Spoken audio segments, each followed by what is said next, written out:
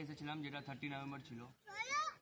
তো আমাদের আসার পরে চেকিং করলাম, খাওয়া দাওয়া খুব ভালো ছিল, টেন্ট এরিয়া খুব ভালো, টেন্টের ভিউগুলো খুব সুন্দর, ইভেন পাহাড় আছে। তারপরে এখানে যে কটেজগুলো আছে যেখানে বসে এমনি টাইম পাস করার জন্য খুব সুন্দর ডেকোরেটেড আছে, ক্লিন এরিয়া আছে। অ্যান্ড মোস্ট ইম্পর্টেন্টলি এদের সার্ভিসটা খুব ভালো, প্রত্যেকে বহুত ভালো এনজয় করবে, হুএভার উইল কাম। অ্যান্ড এরা বহুত ভালো সার্ভিস দেয়, খাবার খুব ভালো, তো প্রত্যেকে এনজয় করতে পারে, প্রচণ্ড ফ্রেন্ডলি এরা।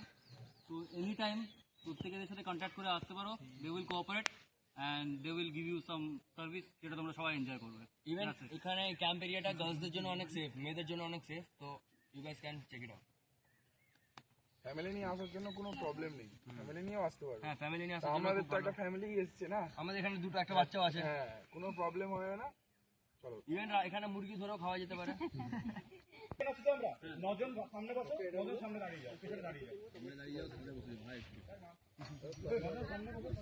ভাষা বড্ড খারাপ।